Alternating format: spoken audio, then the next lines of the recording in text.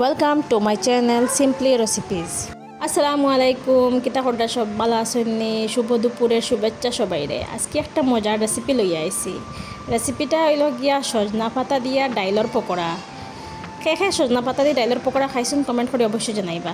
এই রেসিপিটা আমার কিন্তু খুব বেশি ফেভারিট, শুধু আমার না, আমার হাজব্যান্ডেরও। আমার হাজব্যান্ডের যদি সজনা পাতা দিয়ে পকোড়া বানাই দিলাও, যদি এক প্লেট ভাত খাইয়ে উঠে যাবে, আর কিচ্ছু লাগতো না। কালকে সন্ধ্যার আগে গেছিলাম স্টেশন রোডও আমরা নিলাম বাজার ঘোরাঘুরি করবার লাগে আমার বাচ্চা ইন্তরে লইয়া। তখন ওখানে গিয়া দেখি সজনা গাছ 3-4টা আছে।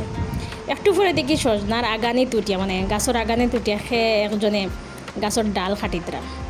তো আমি বললাম তো আইস তো ফাইমু সজনা পাতা, মানে গাছ থেকে আমার একটা লোভ লাগি গেছিলো, কেমনে যেন পাতাটায় নামতাম, কিন্তু ফাড়ি আর না আনতাম।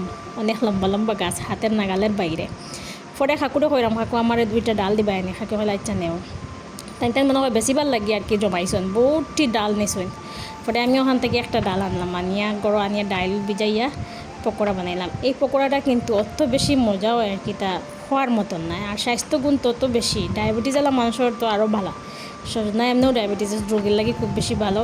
আর এই পকোড়াটা অনেক বেশি টেস্টি হয়, একবার হইলেও বানাইয়া খাইবা। একে খাইছেন সজনা পাতা দিয়ে পকোড়া, কমেন্ট করিয়া জানাইবা। এই পকোড়া বানাইতে বেশি কিছু লাগে না, সামান্য ডাইলর পেস্ট, আদা রসুনের পেস্ট, লবণ, হলুদের গুঁড়া, জিরার গুঁড়া, ধনিয়ার গুঁড়া, মরিচের গুঁড়া, কাঁচামরিচ, ধনিয়া পাতা, পেঁয়াজ। বাস বালা করে মাখিয়া গরম গরম তেল বালা করে কড়া করে বাজি লাইলে বাস হয়ে গেল সজনা পাতার পকোড়া।